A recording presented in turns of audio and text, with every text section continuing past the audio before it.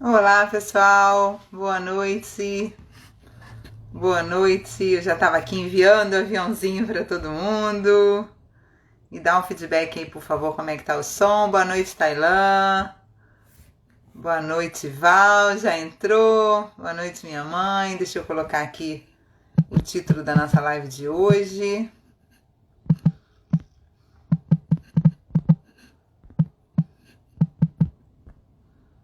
Isso, ótimo. Obrigada. Então, vamos lá. Obrigada, obrigada. Então, vou pedir a todo mundo, enquanto eu convido os nossos 3 convidados de hoje, nossa live super top com 3 convidados. Eu vou pedir. O professor Marco Pintucci já está aqui na área. Vou pedir para vocês enviarem esse aviãozinho para todo mundo, para essa live que vai ser maravilhosa. Enquanto isso, eu vou convidar aqui o professor Marco Pintucci. Deixa eu ver se eu consigo. Vamos lá, convidar. Vamos lá, estou convidando o professor Marco Pintucci. Val, me manda um convite para participar, uma solicitação para participar. Olá, Pintucci, Boa tudo noite, bem? tudo bem? Tudo bem. Deixa eu chamar aqui a Val e a Kênia. Já estão aí. A Val está aqui, já convidei. E vamos lá, vamos ver se vai conseguir entrar tudo. A Kênia já está aí. Boa noite, Kênia. Boa noite, tudo bem? Vocês estão me ouvindo bem? Sim, estamos te ouvindo bem. Que bom. Agora só falta a Val aceitar lá. Val, já te mandei o Vamos convite. aguardar. O do Pintucci está congelando. Pintucci, dá uma olhadinha nessa internet, por favor. Vou mandar o convite. Val, você precisa aceitar o convite, porque eu não consigo te chamar de novo.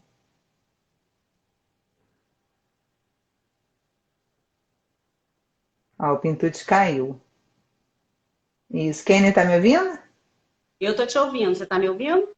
Eu tô te ouvindo bem. A Val tá dizendo aqui Deve que estar não. tentando. É, vamos lá, a gente vai conseguir. Vamos lá. Convidei a Val de novo. Val, aceita o convite, por favor. Olá, Oi, Val, tudo bem? tudo bom? Tudo jóia? Tu tá me ouvindo bem? Tô ouvindo. Tá, deixa eu chamar aqui o Pitucci de novo, pra gente conseguir colocar os 4 na mesma live. Ah lá, agora foi. Voltei. Tá me ouvindo Voltou, agora? que bom. Eu tô te ouvindo bem. Agora a Val que tá travando. Peraí. Tem que estar todo mundo com a internet aí boa para poder funcionar bem. Mas enquanto a Val volta, daqui a pouco a internet dela volta, eu vou apresentar nossos 3 convidados de hoje para a gente poder começar essa super live com 4 convidados. Já fiz com 3, com 4 eu não, com 3, Também já não, fiz com 2 primeira convidados, vez. com 3 convidados eu Ih, não acho que a fiz. Val caiu. A Caiu, Val caiu, Vanessa. eu já vou Tenta chamá-la de novo. chamá-la. Tá. Então vamos lá, ó. Vou falar dos nossos 3 convidados, e aí enquanto eu chamo a Val aqui, eu vou te falando dos nossos 3 convidados. Acho que a internet dela caiu, porque Internet, Estamos sempre nessas ajeitando. horas da live, é sempre assim, né? é normal. Vamos lá. Então, professor Marco Pintucci, fisioterapeuta italiano, graduado na Itália e no Brasil, e é instrutor do método Esteco desde 2013. Tive a honra de fazer o primeiro Eu fui uma módulo das do primeiras método turmas. Foi a Esteco, primeira turma, Aqui do Rio, né? não é? primeira turma aqui do Rio, Sim, sim, sim. foi. Vanessa foi da Professora, primeira turma. isso. Professora Valquíria Ribeiro, fisioterapeuta, acupunturista, terapeuta corporal, dedica seus estudos no sistema facial e nas coraças muscular e emocional. E professora Kênia Paixão, fisioterapeuta, osteopata e estudiosa do sistema facial também. Todos aqui apaixonados pela fáscia. Deixa eu ver se a Val voltou.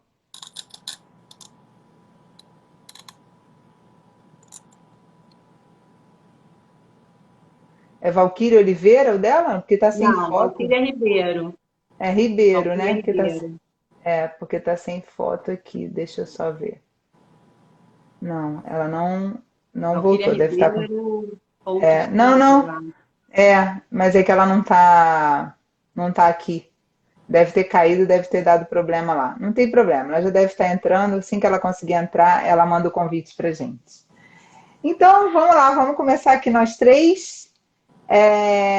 Pintucci, você que é nosso convidada internacional, fala um pouquinho como você se apaixonou pela fáscia, antes da gente começar no nosso tema, para vocês começarem a falar quantos tipos de fáscia nós temos. Eu queria que você falasse um pouquinho como que foi essa sua paixão pela Por fáscia. acaso. Como é tudo por acaso, né? Nada é por acaso.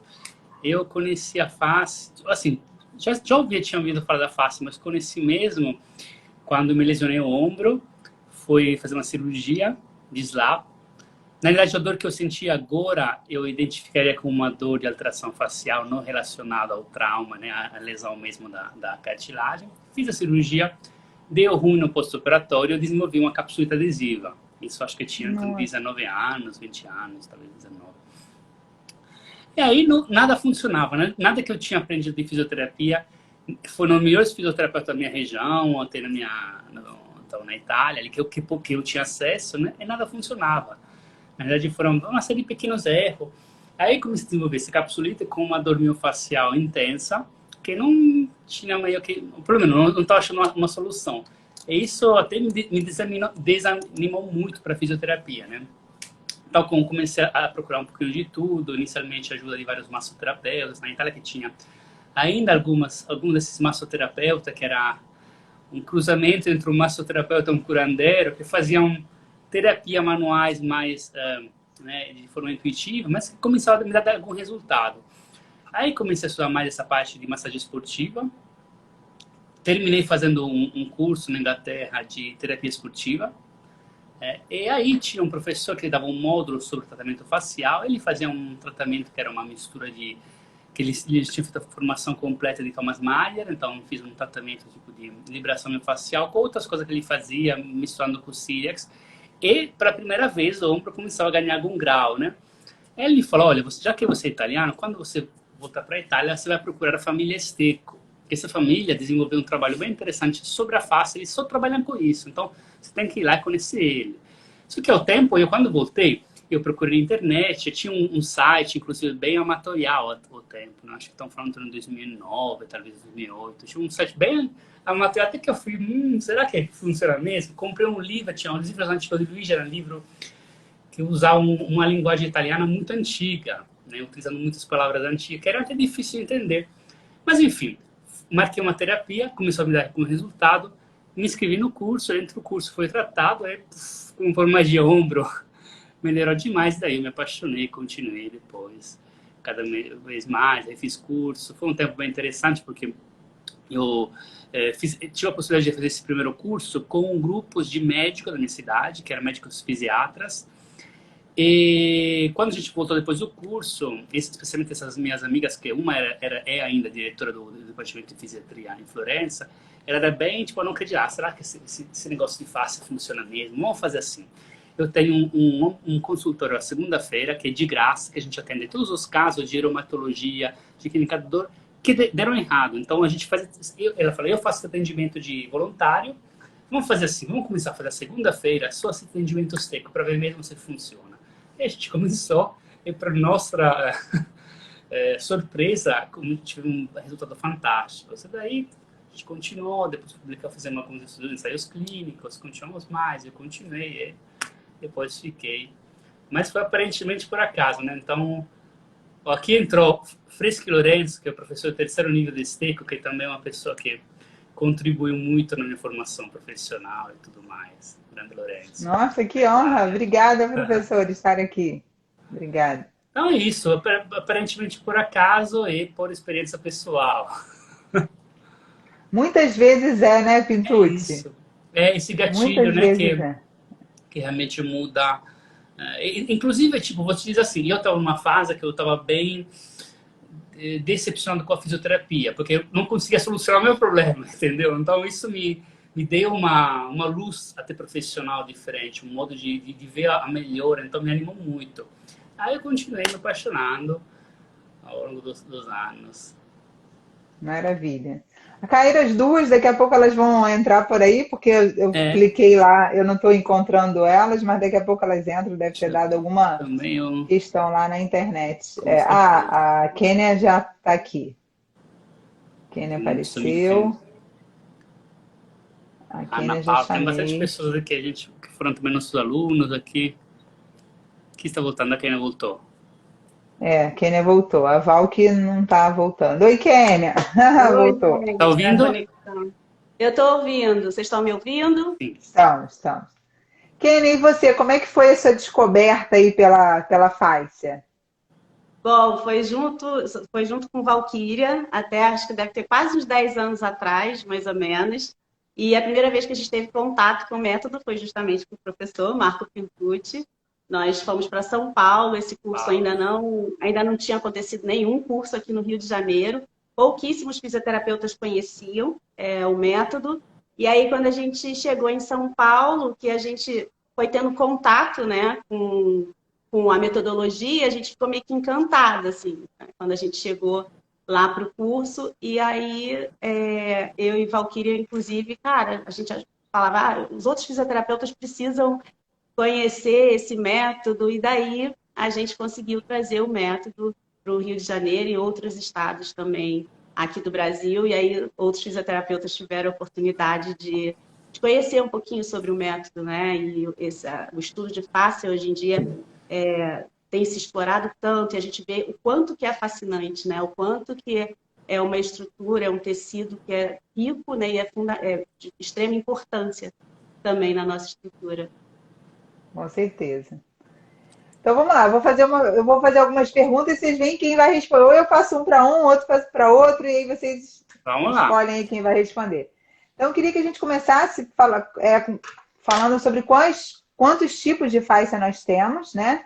E qual a principal peculiaridade de cada fáscia. Eu respondo? Pode ser, Pintucci, vai lá. Bom, assim, depende.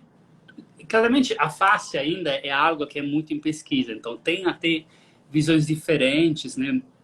Não tem uma visão única dentro até aquela que é a definição anatômica de face ainda. Por exemplo, segundo principalmente a família Stecco, são 4 tipos principais. Aquela que é a face superficial, a face profunda, a face visceral e a face relacionada à parte nervosa, ou meninge, né? Mas há alguns autores também que incluem dentro do termo fáscia, por exemplo, tendões, ligamentos. Então, tem algumas variações. A família Stecco em específico, principalmente a Carla, sendo uma anatomista de profissão, ela tem uma visão mais da anatomia macroscópica. Então, do ponto de vista macroscópico, realmente, os tipos de face que têm característica histológica, de inervação parecida, são esses 4 tipos, né? Então, a face superficial, que é mais relacionada à parte de pele, também é a parte que está mais próxima da pele, que está ligado com o sistema linfático, com a parte de termorregulação, com a parte de nervos superficiais. Então, ela desempenha um papel importante, principalmente para a parte, seja do ponto de vista dermatológico, né? Principalmente uma sua alteração, caracterizando também algumas alterações, como a celulite, os outros processos. E relacionando também a parte linfática, de proteção de vasos, nervos. Aquela que é chamada de face profunda ou face muscular, que é basicamente aquela que a gente aborda mais no tratamento de fisioterapia, de osteopatia, que é a face dos músculos, basicamente. Também que, por suas vezes, pode ser classificada em face aponeurótica ou face epimesial, de acordo com as características diferentes histológicas. E pô, aquela que é a face dos órgãos, que também tem algum tipo de face, pelo menos 2 tipos principais de face, que basicamente seriam o que a gente estuda como peritônio visceral e parietal, então uma face específica do órgão, uma que conecta os vários órgãos e cria o compartimento para os órgãos, inclusive os aparatos, né, organiza os aparatos. E depois aquela que é a face nervosa, que basicamente é toda a parte meninge e também a face dos nervos, então, do ponto de vista de símbolo nervo, que eu acho que a coisa mais interessante é ver que cada uma dessas faces tem uma característica também microscópica igual, ou seja, o músculo ele tem basicamente, a parte de face muscular, 3 tipos de face: muscular, o epimísio, perimísio e endomísio, né? Então, o epimísio, que é aquilo que envolve todo o músculo, o perimísio, os fascículos, o endomísio, a símbolo fibra. O nervo tem a mesma estrutura, então tem uma capa do nervo, que alguém chama de bainha paraneural, ou epinéreo, que recobre todo o nervo, o perinéreo, que recobre os fascículos de fibras, e o endonéreo, que recobre as símbolas fibras. Ao tempo, a parte de órgãos, se a gente for ver, tem uma parte que recobre o órgão, uma parte de uma face, que é mais de conexão com as outras estruturas. Então, eu acho muito interessante também essa correlação que existe entre os vários tipos, né? Mas eu acho que o que a gente aborda mais, pelo menos, são mais a face superfície. Pelo menos na fisioterapia, a osteopatia talvez seja diferente, mas mais a face profunda para a parte de músculo esquelética e também a face superficial. Mas também há trabalho mais específico para os outros tipos de fáscia. Perfeito. Kênia, na sua concepção, qual a importância da fáscia para o sistema musculoesquelético? Olha, é de extrema importância, porque a fáscia está em conexão direta, né, com o músculo.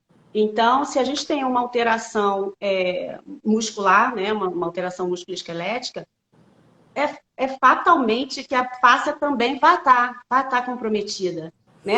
É uma conexão muito próxima. Então, se o músculo está alterado, com certeza isso vai reverberar na fáscia e vice-versa. Se é uma disfunção que é originada na fáscia, também, provavelmente, a gente vai ter uma alteração também muscular.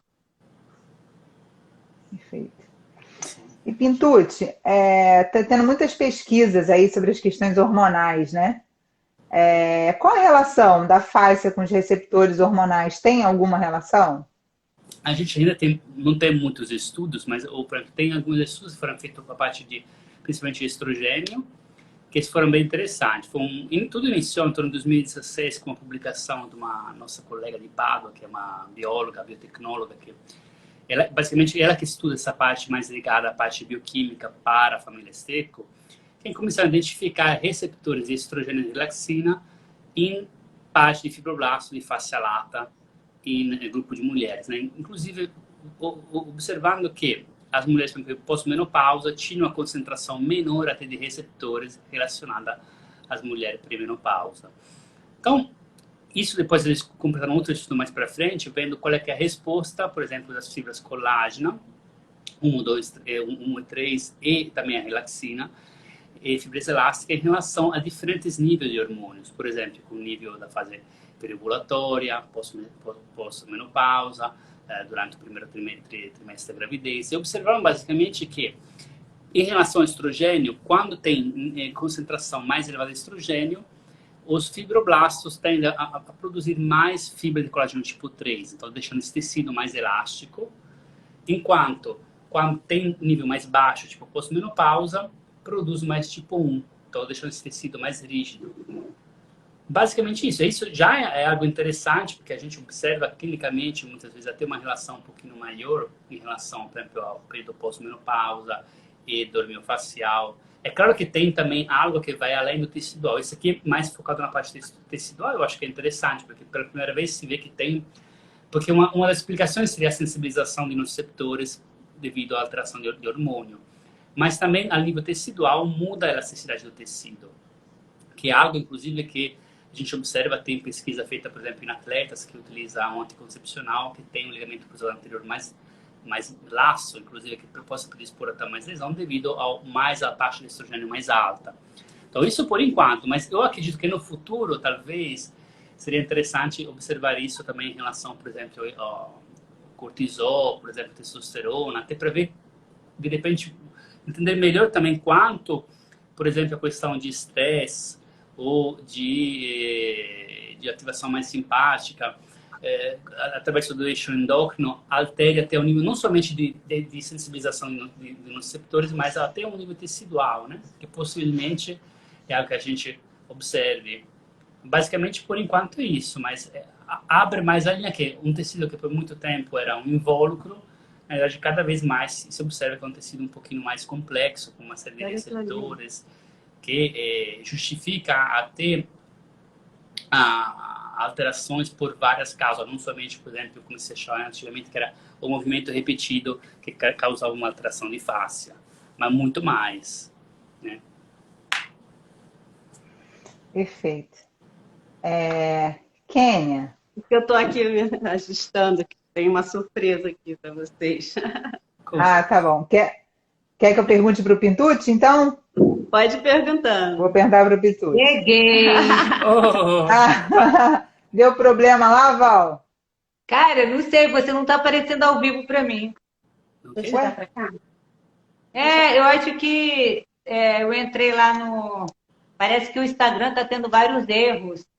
E eu acho que hoje tem uma parada dessa aí acontecendo. Mas enfim, eu vou ficar aqui, eu vou ficar de papagaio de pirata aqui. Tá bom. acho que Pintucci. se Até coloca porque eu não a posso. cadeira um pouquinho mais para trás, dá para ver as duas, né? Eu vou chegar. Até porque eu não posso perder a aula do nosso professor. Verdade. Saudade de Isso é você. Isso é um aulão. Quer chegar para cá? Chega um pouco mais. Dá pra ver. Chega para cá, ainda tem espaço. Dá pra Pintucci, e a sensibilidade das fáscias com relação aos hormônios sexuais tem relação também? isso que basicamente, tipo assim, normalmente, por o que se sabe até agora, quando tem níveis mais elevados de estrogênio, basicamente, da um ponto de vista tecidual, muda a concentração de fibras tipo 1 e 3. Então, aumenta mais o tipo 3 quando tem mais estrogênio, tornando o tecido mais elástico. Quando diminui o estrogênio, se torna mais rígido, tem mais colágeno tipo 1. E parece, por esse estudo que foi feito para a Catarina, parece que ao introduzir relaxina, é como se restabelece a homeostase do tecido, Então, como se normalizasse o nível de tipo 1, de colágeno tipo 1 e 3, como antes da... Porque, basicamente, nesse estudo eles pegaram os fibroblastos, colocaram em culturas de 48 horas, com diferentes níveis, e observaram as alterações que tinha na produção dessas fibras. Então, por que se sabe até agora, isso acontece, ou seja, quando tem menos estrogênio, o tecido se torna mais rígido.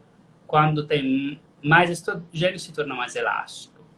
Que, inclusive, se a gente pensa até na parte, por exemplo, da gravidez, da dor, por exemplo, lombar das mulheres grávidas, por exemplo. Né? Uma das justificações qual é que é o nível mais elevado de estrogênio de relaxina deixa toda a parte mais até ligamentosa, em relação à parte sacrílica, por exemplo, mais laxo o ligamento, e isso muitas vezes gera uma das explicações, é claro que não é somente isso, mas uma explicação é que deixando mais elástico, deixa um pouquinho mais estável, isso pode gerar um quadro de dor nas mulheres, por exemplo, grávidas. Então, o que parece é que tem essa relação entre mais estrogênio, tecido mais elástico, menos estrogênio, tecido mais rígido. Que é um pouco, não se fala que se observa até nas mulheres pós-menopausa, que muitas vezes é um relato, inclusive é um relato, se você for ver, até em atletas, fisiculturista que normalmente modula essa parte hormonal, pré-competição, utilizando algum vários tipos de droga para baixar muito o nível de estrogênio, um dos relatos que eles têm é essa rigidez, que é percebida como rigidez articular ou crepitação, que possivelmente é que quando realmente tem um nível muito baixo de estrogênio, isso aumente essa produção tipo 1, então fique mais rígido os tecidos. Perfeito. Eu penso também, falando sobre isso, Pintucci, eu penso também que tem uma relação também direta ali com pH, né? Você tendo esse nível, esse aumento de estrogênio, você tem uma mudança no pH. Então, essa modulação, até mesmo eu acho, do estrogênio com outros hormônios, tem um pouco a ver com essa mudança de pH no plasma, né? No sangue. Pode ser, sim. E a matriz, né, intersticial ali, ela fica alterada. E a gente sabe que nesse meio ali, essa substância líquida é onde que existe as trocas bioquímicas e que a grande maioria das coisas acontecem, né, ali nesse meio aquoso, né? A própria densificação. Né? A própria densificação. Não sei, é pesquisa ainda, né? A gente precisa aprofundar um pouco mais. Como eu estava falando, acho que você tinha caído naquele momento. Interessante seria ver mais para frente até em relação ao cortisol, a outros hormônios, que ainda não foram feitas. Seria interessante para ver como também, a um nível tecidual, não somente de ativação de receptores, possa mudar. Provavelmente fique realmente tudo mais rígido, né? Sim. Mas é fato que isso existe uma diferença quando a gente encontra em mulheres no climatério na menopausa, essa diferença clinicamente já é nítido para quem trabalha no, né, a nível de fáscia muscular, né? E até mesmo quando se você não tem uma alteração a nível músculo esquelético, você vai ter a nível moral, de fato. E aí isso tudo vai desencadear outras coisas que vai interferir no sono, vai interferir no aumento de peso, na lubrificação dessa mulher. Então, todo um sistema, né? Um conjunto que está ali funcionando, né? De acordo com Às vezes se todas essas observa até abordagens. que, por exemplo, às vezes tem um paciente que depois de começar uma terapia, por exemplo, hormonal, você observa que o Melhora tecido, muito. não somente a dor subjetiva, outros parâmetros, por exemplo, o sono, mas o tecido você percebe como é diferente às vezes. Isso é interessante, Sim. né? Na prática, a gente vê bem isso, às vezes, né? Pacientes que chegam e, às vezes, resistentes ainda com sintomas, né? A pergunta, vamos dosar, né, a taxa hormonal para ver se não tem uma alteração hormonal, porque provavelmente depois que regula, os sintomas melhoram. Não sei se estava lá, acho que eu vi um amigo meu, que é o Marcos, talvez você conheça, que também ele é osteopata, de Brasília. Que ele, uma vez conversando, ele me falou uma coisa interessante, que eu uso muito o termo que ele utilizou, que a face chega a ser, às vezes, um termômetro. E é verdade, muitas vezes chega a ser um termômetro no sentido de vários aspectos, por exemplo, seja da parte nutricional, seja da parte emocional, seja da parte endócrina. Às vezes você consegue detectar, muitas vezes, não detectar, ver essa associação relacionada com o estilo de vida, mas em geral, e a como se apresenta o tecido conjuntivo da pessoa. Ela tem relação com todos os outros sistemas, né? Uhum. Ó, o Freixo Lorenzo, não sei como fala, Pintucci, eu sei que ele é seu Sim. amigo. Sim. Ele acabou de perguntar o seguinte aqui no privado.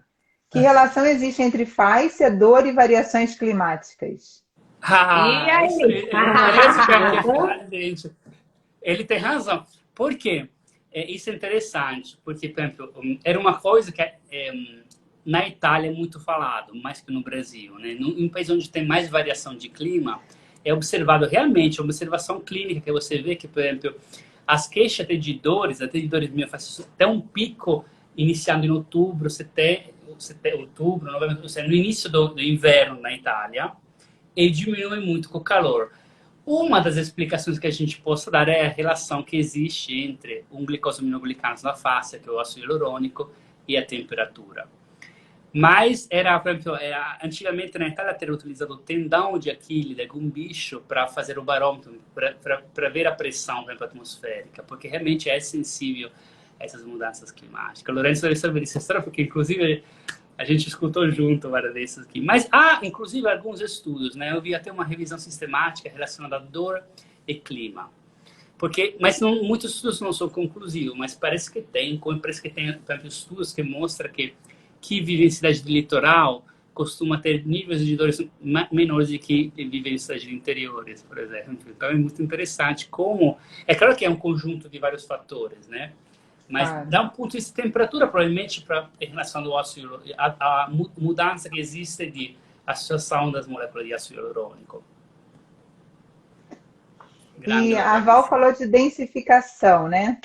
E aí eu queria que vocês falassem um pouquinho o que é densificação e qual a diferença da densificação para a fibrose. Você quer falar? Não. Vai lá, professor. Essa é uma pergunta clássica, responde. Clássica.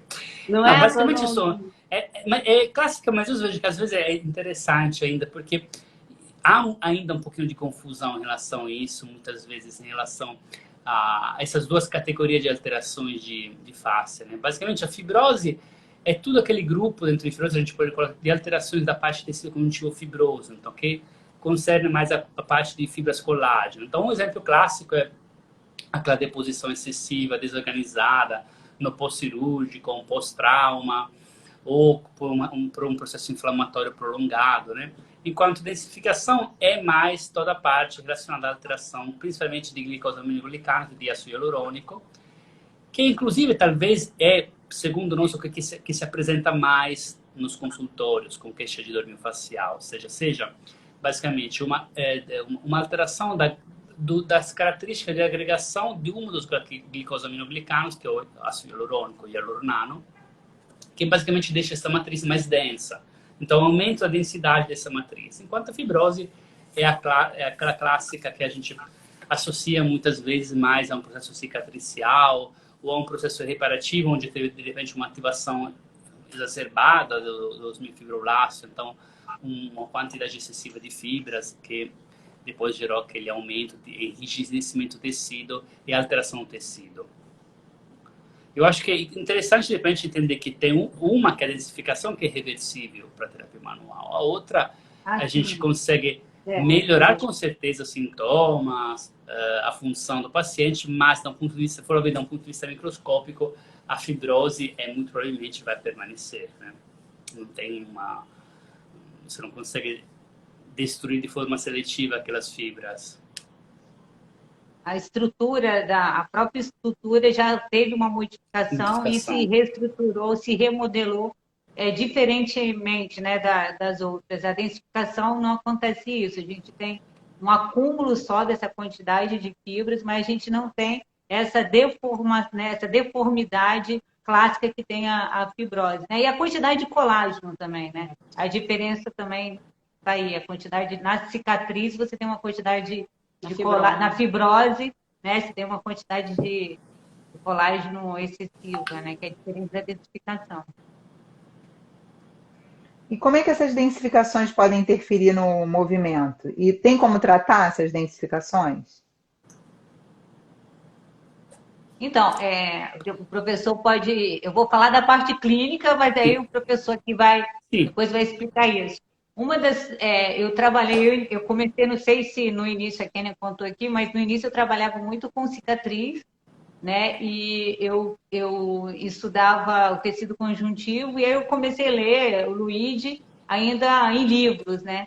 Foi quando uma vez eu mandei um e-mail para o Pintucci, para o Antônio, e aí, a grande surpresa, eu recebi o e-mail de volta do Antônio, e eu nem acreditei, que eu falei, cara, o cara lá na Itália me respondeu. Aí ele falou, vou estar em São Paulo, quer me encontrar? Eu falei, agora!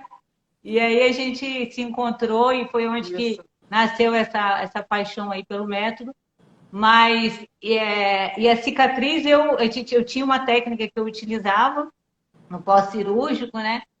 E ali eu comecei a reparar essas densificações que eram um pouco diferentes. Eu começava através de outros tipos de técnicas que eu usava na densificação, mas que eu não tinha um resultado. E aí, quando eu comecei a observar isso, lendo no livro, e comecei a fazer, lendo mesmo, eu não tinha nem o método ainda, eu sou dessas, né? Eu vou na prática e depois eu vou entender o que está acontecendo. E aí eu comecei a trabalhar com isso e comecei a ver a diferença, né? Eu falei, caramba, isso aqui é por esse caminho aqui, né? Então dá certo, né? Foi na época que eu estava estudando também um pouco de ponto gatilho, a treva, o que eles estavam falando sobre isso, enfim. Mas a gente vê essa mudança na clínica, né? E você vê, assim, em uma sessão, se você trata uma densificação, em uma sessão você consegue o resultado, né? A gente... Então, foi muito surpresa. A gente tinha síndrome do túnel do carpo, dedo em gatilho, era tudo causado por questões de densificação e não de uma fibrose, né? E aí, enfim, a densificação na clínica, o resultado 70% é na primeira sessão. E a gente, inclusive, foi uma das coisas que deixou a gente tão encantada, né? Quando a gente estava lá em São Paulo e conseguiu perceber isso. E depois, ao longo assim, da prática, a gente via, porque às vezes, quando você trata a densificação, é notório os sintomas álgicos melhorarem e a limitação também de arco de movimento. Né? Porque quando você manipula, você acaba causando alteração do pH, o Pintucci vai poder explicar melhor isso, mas a gente faz uma alteração local, a face começa a funcionar, né, de uma forma mais adequada e quando você trata acertando o trajeto, né, que tem que ser feito, você consegue ver o resultado na primeira sessão. E isso é muito encantador, assim, principalmente para o paciente, porque ele chega para a gente, tudo que ele quer é melhorar, né, da dor ou da limitação. Então, o resultado normalmente já vem logo nas primeiras sessões. Perfeito. Quer Pintudes, quer falar? acrescentar alguma Não? coisa? Não, eu assim, tipo, eu também, faz mais de 10, quanto? 10, não mais, o tempo passa, mais há uns 12, 13 anos, mas que trabalho com isso, como é que eu Não vamos realmente, falar, tipo, senão vai falar a idade.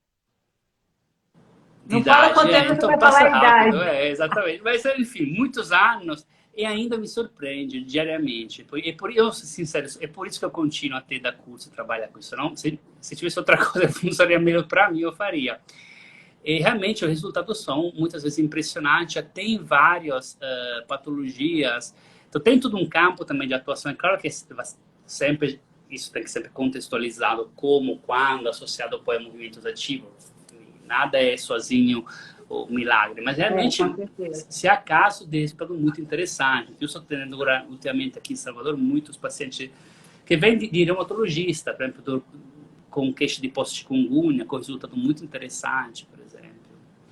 Então, tem todo um lado de tratamento que são pacientes de repente que a gente costuma, às vezes, a tratar menos, que dá um resultado incrível em pacientes que normalmente não costuma ter muitas outras opções terapêuticas, ou onde falhar em muitas opções terapêuticas. Então, provavelmente é que é um tecido importante, foi por muito tempo desconsiderado, então, às vezes, até conversando às vezes com algum colega, até o estudo de biomecânica, de alguma forma, sendo retirado um tecido, talvez a gente deveria reconsiderar até a cinesiologia à luz dessas conexões desse tecido, que é um tecido que oferece conexões e, de alguma forma, a programação do movimento possa ter ser revisitada, levando em conta o tecido conjuntivo, principalmente a face, principalmente a conexão que existe entre o fuso neuromuscular e a face mesial. Então, tem um controle do movimento que vai além do clássico controle central do córtex, mas é uma sorte de feedback quase negativo, um feedback negativo, basicamente, de retroalimentação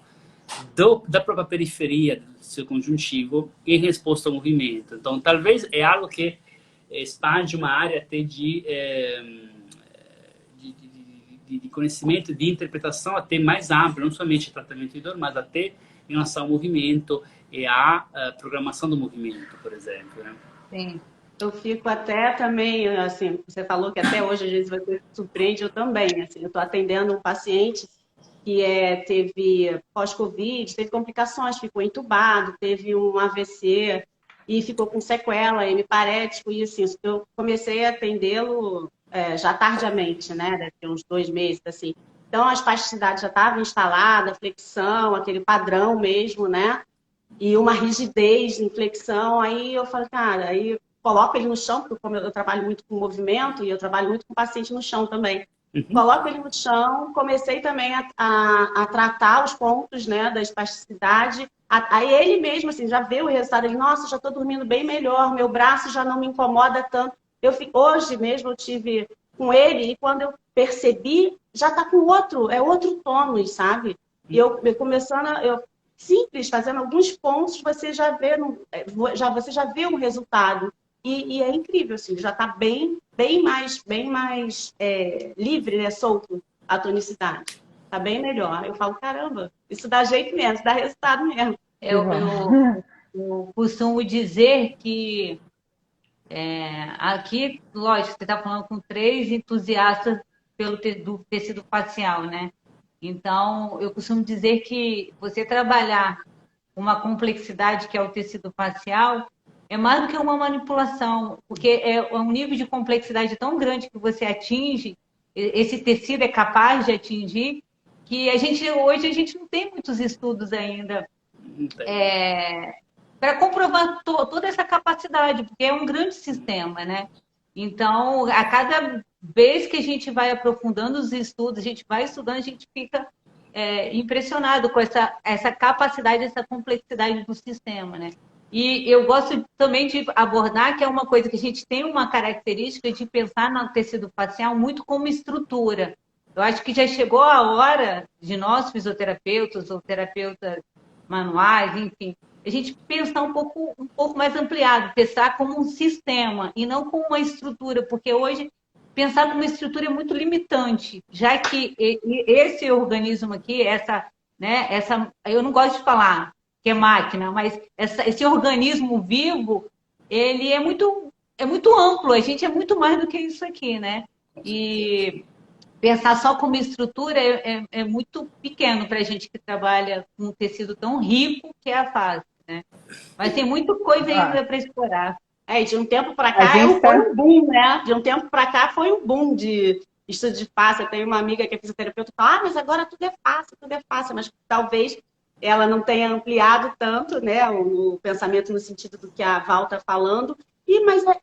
O fato é que realmente a face, o tecido, né, e esse sistema, ele está em conexão com todos os Com nossos todos sistemas. os outros. Sim. Exatamente. Então, Olha, a gente já tem aqui vou 3 falar. perguntas aí da galera. Então, eu vou colocar essas perguntas aí para a Sim, gente continuar as minhas, né? vamos, coloca. Vamos lá. O Vinícius perguntou o seguinte: beijo, Vini. Existe algo sobre o treinamento com restrição de fluxo sanguíneo e a maleabilidade facial? Não. De publicações, não. Eu uso clinicamente bastante, algo que eu sempre gostei, faz anos que trabalho com a restrição de fluxo sanguíneo. Mas de estudo não tem. Eu não sei te dizer nem quanto isso possa influenciar a nível para fisiopatologia ou para resolução. Uma coisa que eu observo às vezes, até em mim, fazendo algum experimento, é que o tipo de treino do extensão de fluxo sanguíneo, você vai dar um volume muito alto, então Angelou. Travou o Pintucci. Ah, tomara que seja. Voltou. entrou uma chamada aqui, perdão. Então pode ser que em algum sujeito facilite um pouquinho o desenvolvimento de algumas densificações na fase inicial de adaptação. Mas o restante, não sei te dizer quanto isso possa influenciar a um nível facial. Eu não vi nenhum estudo também publicado em cima disso. Há estudo publicado, por exemplo, em relação a que tem efeito analgésico, diminuição da ativação dos receptores, isso sim. Né? Principalmente no sujeito que tem um sistema de controle endógeno que não está prejudicado. Mas em relação ao tecido facial, não vi nenhum estudo. É um pouquinho aquilo que a Val falou. Eu também fico, às vezes, um pouquinho... Não, triste, talvez não é a palavra correta, mas assim, um pouquinho frustrado, porque às vezes aquilo que a gente observa na clínica, infelizmente, do ponto de vista de face, eu vejo que ainda falta muitas pesquisas, falta muitos ensaios clínicos. Então, e às vezes me vejo em situações de conversar, até com algum médico de vários casos, e a gente observa clinicamente uma resposta, até utilizando vários questionários e tudo mais, vários tipos de avaliação, que infelizmente não está publicada. Então, infelizmente ainda, se a gente for fazer realmente algumas meta-análises em relação à face, há pouca coisa publicada do ponto de vista de ensaios clínicos. Então, ainda é uma área que não tem muita coisa publicada, muito que é publicado é com qualidade metodológica muito baixa. Então, infelizmente tem tudo isso. Como a Val falou, tocou a parte, relacionando mais a parte psicológica e emocional. Ali se abre um mundo que, infelizmente, ainda é experiencial, no sentido não tem quase nada publicado. Tem dois papers publicados em relação à face e emoção, mas são papers muito gerais, que não traz nenhuma conclusão. Bem fraco mesmo, e a gente tem que associar isso a coisas que a gente já conhece do sistema nervoso autônomo, Sim. introcepção, parte visceral, que hoje a gente teve aula lá com o Luigi, e você assistiu a aula dele hoje, Pinducci? Eu estava chamou um paciente para um tratamento tipo de emergência, então assisti enquanto atendia ele, 2 minutos só. Até perguntei hoje teve aula lá com o mestre, né, com o Luigi, e ele estava falando sobre face do sistema nervoso autônomo. E só comprova, né, tudo aquilo que a gente está vivenciando e que quem está na clínica diária percebe. Então, foi muito bom ouvir o que pouco eu assisti também, não consegui assistir a 1 hora toda, mas só que às vezes que eu participei, que eu entrei, já foi o suficiente para eu falar, ok, estou no caminho certo, é por aqui que eu vou seguir. Que Pra bom. quem não sabe, o Luigi é o Luigi Stefano, né? Quem inventou o metodologia. E é incrível isso, né? Eu também não tenho, o Vinícius perguntou, eu não tenho essa experiência, também não conheço nada publicado do assunto, né, de oclusão sanguínea, mas De repente tem uma pessoa aí que possa pesquisar e trazer para a gente, né? Trazer pra gente. Aí, Ó, o Vinícius, professor, pesquisa aí e traz para a gente os resultados. ele gosta desse assunto. O professor Coluna perguntou, a relação da massa corporal dos veganos, desculpa, se tem relação da massa corporal dos veganos com a elasticidade das fáscias. Tem umas perguntas assim que estão animadas, hein? Você entra tudo uma área que é muito experiencial, no sentido... Muito específico, né? É muito difícil dizer isso. Agora, o que tem, talvez tenha algumas coisas, mas é tudo também. Tem que...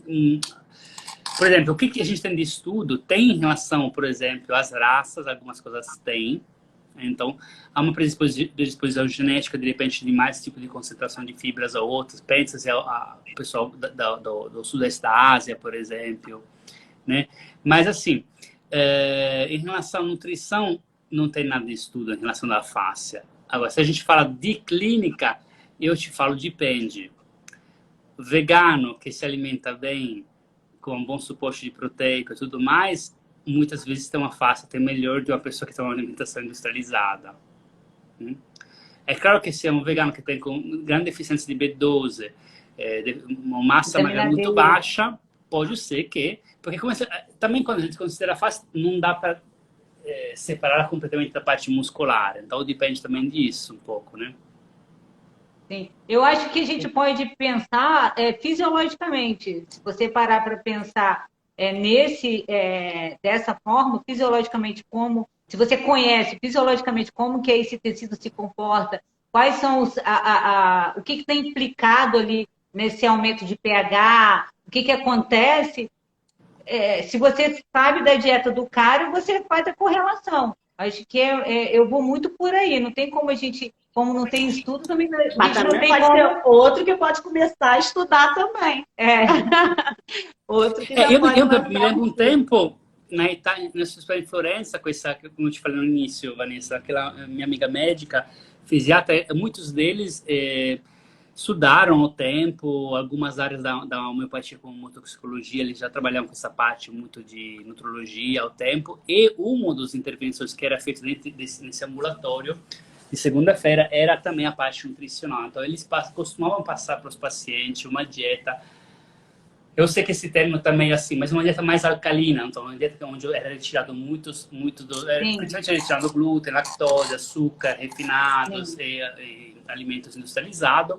E era dado suporte com essas medicações homotoxicológicas para remoção de toxina. E muitas vezes a gente fez essas experiências clínicas. Então, claramente não tem um peso que é um estudo publicado, mas de avaliar o paciente, dar um ponto de vista palpatório, identificar as áreas de densificação.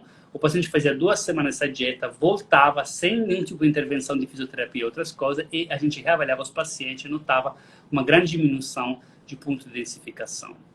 Que é algo interessante, porque essa fáscia não é algo estático. Então, isso acho que é até bom para o paciente não ficar muitas vezes com essa ideia, tem um monte de ponto, então se não trata tudo, eu vou ficar sempre... Não, muitas vezes se você ajusta alguns aspectos da sua vida que está mais desalinhado, que pode ser o sono do paciente, que pode ser a nutrição no outro, que pode ser o estresse no terceiro, muitas vezes esse sistema fica mais equilibrado e você desenvolve menos pontos faciais alterados.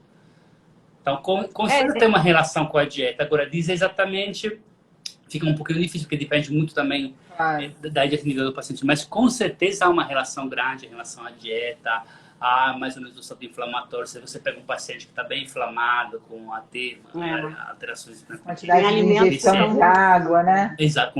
Isso, outra coisa, exatamente. Outra coisa que, às vezes, é muito banal e seria ter um custo menor, é a ingestão de água. Que poucas pessoas... Se você começa a perguntar para os pacientes, a maioria ingere muito pouco, né? Então isso já faz uma grande diferença. Perfeito. Foram publicados alguns estudos sobre o tratamento conservador da síndrome do túnel do carpo, né? Isso já vem, tratamento conservador da síndrome do túnel do carpo a gente já vem trabalhando em cima disso há bastante tempo, né? A gente torce para que diminua aí a quantidade de cirurgias. A manipulação facial tem bom resultado nesses casos? Eu fiz 2 estudos publicados em relação a isso e a gente teve bons resultados. O primeiro estudo que a gente fez em Florença foram 70 mãos. Então, a gente inclui algumas vezes também em um paciente que era bilateral, mas foi um grupo grande. A gente começou esse estudo porque dentro desse ambulatório que a gente fazia segunda-feira, a gente recebia muitos pacientes de clínica da mão, que a lista de espera era muito grande, então às vezes esses médicos nos enviavam, então vai fazer fisioterapia, então alguma coisa vai funcionar. E muitos desses pacientes voltavam depois no controle e não tinha mais indicação cirúrgica. Então o nosso estudo nasceu dessa experiência clínica, né? Funciona muito bem. O primeiro estudo a gente fez um ensaio que, como grupo controle, a gente tinha utilizado exercício, que era passado desse departamento de fisioterapia, e o laser. E depois reproduzimos esse estudo em São Paulo, fazendo aquela manipulação SHEM, ou seja, fazendo a intervenção fora dos pontos codificados pelo método Stecco e o grupo que recebeu o estudo de manipulação. Mas os resultados são muito bons. Da minha experiência nesse estudo, que eu te digo, se o paciente tem como diagnóstico, mesmo eletroneuromográfico, de leve a moderado, você pode tratar tranquilamente esse paciente e resolver, provavelmente, evitar a cirurgia. Quando está numa fase muito avançada, talvez não. Agora, foi 2 anos atrás que o Antônio e a Carla publicaram um estudo interessante, era um estudo ultrassonográfico e de anatômico, ou a dissecação. Então, a nível de dissecação, 9 cadáveres, acho que foram, você observou o quê? Que esse nervo mediano, a capa externa, ela está totalmente conectada com todos os músculos da face epimisial, em específico, ao nível de bíceps, então, áreas de conexão ao nível do lacerto fibroso, que é a extensão do bíceps, direta com o nervo mediano, e ao nível de antebraço, completamente, ou seja, o nervo mediano ele está incluído nas faces epimisial dos flexores profundos e superficiais dos dedos. E depois passa ao nível de flexor bioretináculos flexores. Mas nessa área é completa adesão, como ao nível de pronto redondo. Então é muito frequente que a área de compressão do nervo seja mais proximal. Há vários estudos, inclusive pesquisa publicada, que há muito mau diagnóstico, entre 30% e 40%, que são síndrome do pronto redondo e não síndrome do tenocarpo, porque a apresentação clínica é muito parecida. Eles falam que uma das diferenças seria que o tinel feito ao nível de pronto redondo seja também positivo. Mas é muito frequente esse tipo de depressionamento mais proximal. E talvez isso justifique o porquê uma intervenção facial traz bom resultado assim. O que a gente achou na clínica, que é fantástico, era liberação do método Stecco, laser e neurodinâmica associada. É maravilhoso. E depois um bom fortalecimento, claramente, de extensores, flexores, mas o resultado é muito interessante. Mas tem uma conexão anatômica que explica isso, acho que isso é interessante. Não sei se até no Rio, mas eu recebi até em São Paulo vários pacientes, por exemplo, com eletroneurografia feita por área. Porque antigamente, você lembra que a eletroneurografia era feita somente aqui, então você tinha basicamente uma imagem, uma avaliação clínica aqui. Mas você vê que quando você recebe o diagnóstico feito agora, que em múltiplas áreas, a compressão pode ser até com uma percentagem maior em área proximal. O que a gente deduziu desses estudos? Que basicamente, os pacientes que vão para a cirurgia melhora é o paciente que tem a compressão principal ao nível do tenocarpo. O paciente que tem áreas múltiplas, e de repente, ao nível do tenocarpo, por exemplo, estou chutando aí, é um 20%, 40% ao nível do redondo, 40% ao nível de face braquial, provavelmente a cirurgia vai recidivar. Então, o interessante seria fazer até como pré-cirúrgico 2, 3 sessões e ver se muda a situação clínica. E é interessante. Perfeito. E às vezes na eletroneuromografia não dá, né, o comprometimento do nervo, porque ainda não comprometeu o nervo nesse nível, mas tem né, sintomas. mas o paciente tem todos os sintomas por uma compressão, por uma tensão neural e facial. É verdade. E aí, como o nosso tempo está acabando, eu queria que vocês falassem um pouquinho em que se baseia o método Stecco e qual é o grande diferencial desse método, né? Qual é a grande abordagem desse método? Você quer falar, Val? Eu posso falar o grande diferencial. No meu ponto de vista, o grande O grande para mim, o que que diferencia de todas as outras técnicas que eu já fiz, que eu conheço, é que a gente tem mapeado alguns pontos chaves que o Luigi fez isso grandiosamente, sabiamente, inteligentemente. Ele fez isso e nos deu isso para trabalhar. Então, acho que o grande diferencial é esse, tá? São pontos mapeados para a gente estar trabalhando em cima dos pontos específicos que ele traçou, que ele traçou. Agora, o método, ele se baseia no tratamento, principalmente, né, a gente tem nível 1, 2 e 3, tá? E ele, basicamente, ele está dentro da face estrutural, sim, da face muscular, é um tratamento para a face muscular, mas a gente tem um nível mais avançado, que vai tratar as disfunções internas, que algumas pessoas falam de faces viscerais, mas que particularmente eu não entendo como dessa forma. Eu entendo que a gente trata as disfunções internas, a clínica médica, né, dos órgãos e vísceras, no modo geral, o sistema linfático, o sistema neuromeníngeo, tudo isso está incluso. Quando você trabalha com isso, você acaba trabalhando uma via que é super importante de autorregulação do nosso corpo, que é o nosso sistema nervoso autônomo. Então, tem uma relação direta, o nível 3 ali, com o sistema nervoso autônomo, sistema linfático, enfim.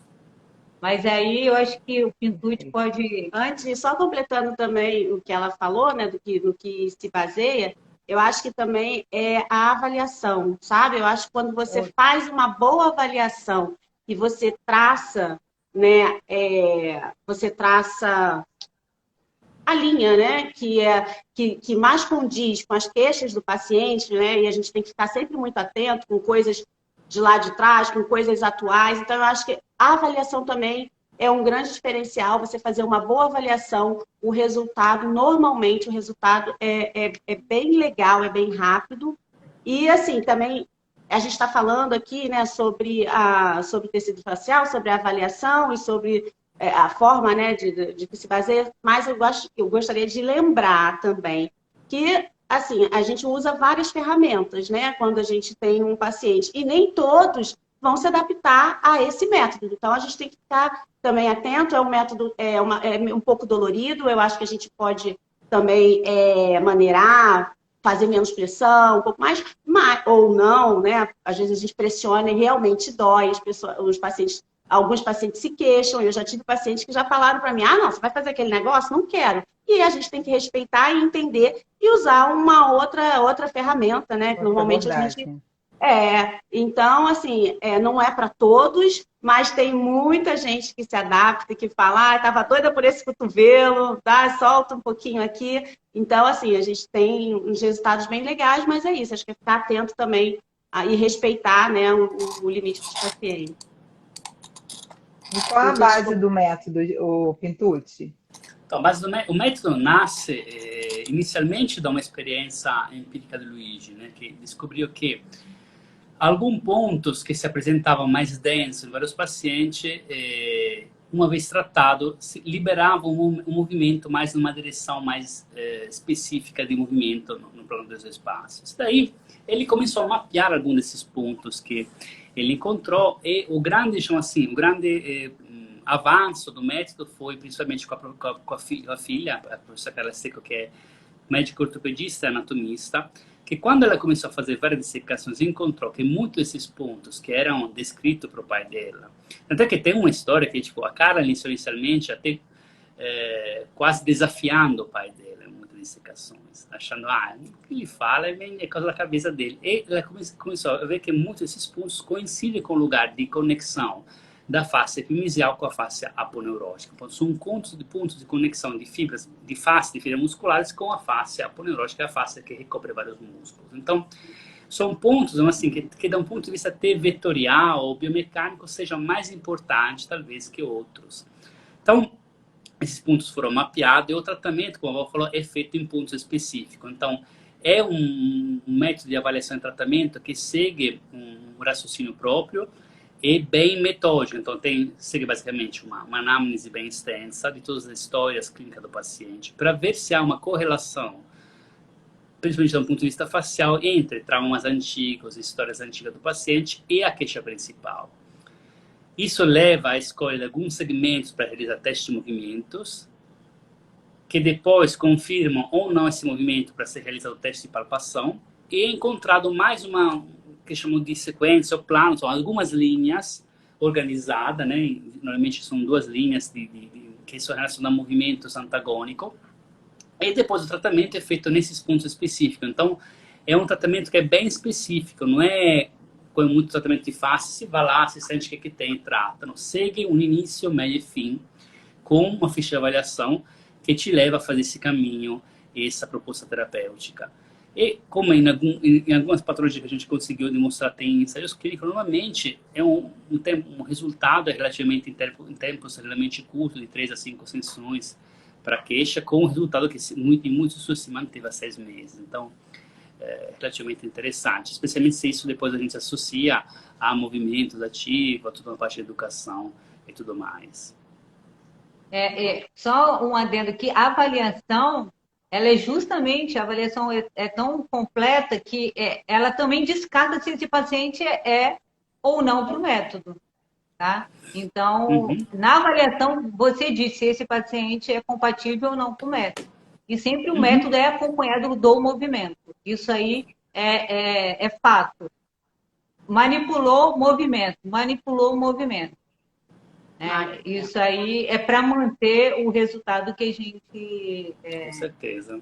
consegue. Né? A gente aqui na nossa clínica, né, é inconcebível. Se tratou, tem que trazer para o movimento, assim, no nosso corpo, tudo se movimenta, absolutamente todos os sistemas precisam se movimentar. Então, se não tem movimento, não tem saúde, seja em qualquer que seja, seja em qualquer dos tecidos que seja, né, ou dos sistemas. Então, é preciso trazer movimento, vida, para aquela estrutura, para aquele sistema, para aquele tecido.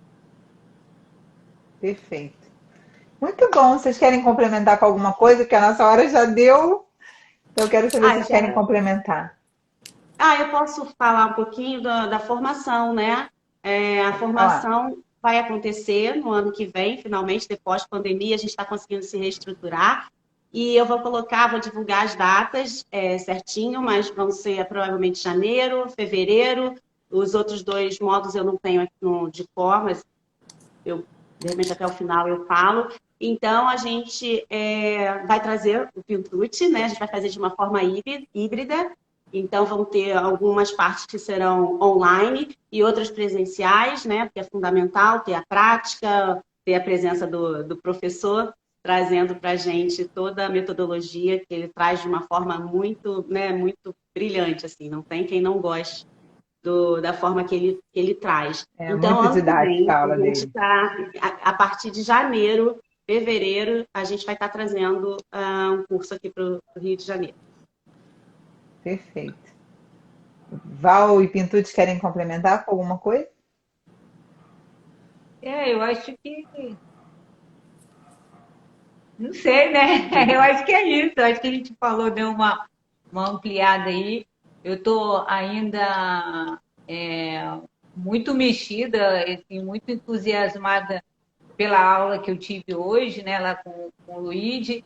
Então, é isso, gente. Eu acho que é uma boa escolha o método Esteco, é uma boa ferramenta e está no Brasil inteiro, não só aqui no Rio, né, mas a gente tem várias pessoas levando o método Esteco também, né, em Brasília, no Sul, enfim. E aqui a gente está aqui no Rio de Janeiro e sejam todos bem-vindos aí para essa nova abordagem. Que é o E eu recomendo, porque é realmente fantástico. É um curso maravilhoso e o Pintucci tem uma didática fantástica, ensina assim de uma maneira, como a Agnes colocou aqui, apaixonante, né? Beijo, Agnes. A Agnes está falando que quer fazer uma reciclagem. Vem, Agnes. A Agnes a Agnes, toda reciclagem que tem, ela está dentro. Todo curso que tem, ela recicla. Ela vem. Maria Helena. Verdade. Tem uma galera que gosta. a gente aprende por repetição, né? Com certeza. Muito bom. É. Pessoal, eu quero muito agradecer vocês. Maravilhosa live. Muito obrigada. Assim, tenho Obrigado. certeza que a galera adorou e um monte de gente vai assistir depois e vai adorar e vai se interessar aí pelo método e querer entender e aprender mais sobre o método. Muito obrigada. Vou dar meus recadinhos aqui para a semana que vem. Então, pessoal, agradecer quem ficou aí até o final. Na semana que vem teremos a presença do professor Danilo Soares, que é fisioterapeuta, osteopata, mestre pela Universidade de São Paulo, idealizador do curso Tratamento da Hérnia de Disco pelo Método Terapia Mecânica Avançada, e vai falar com a gente sobre o tratamento resolutivo das hérnias discais. Todas as lives ficam salvas no meu canal do YouTube, então vão lá, assistam, vão maratonar as lives, que tem cada live lá, fantástica.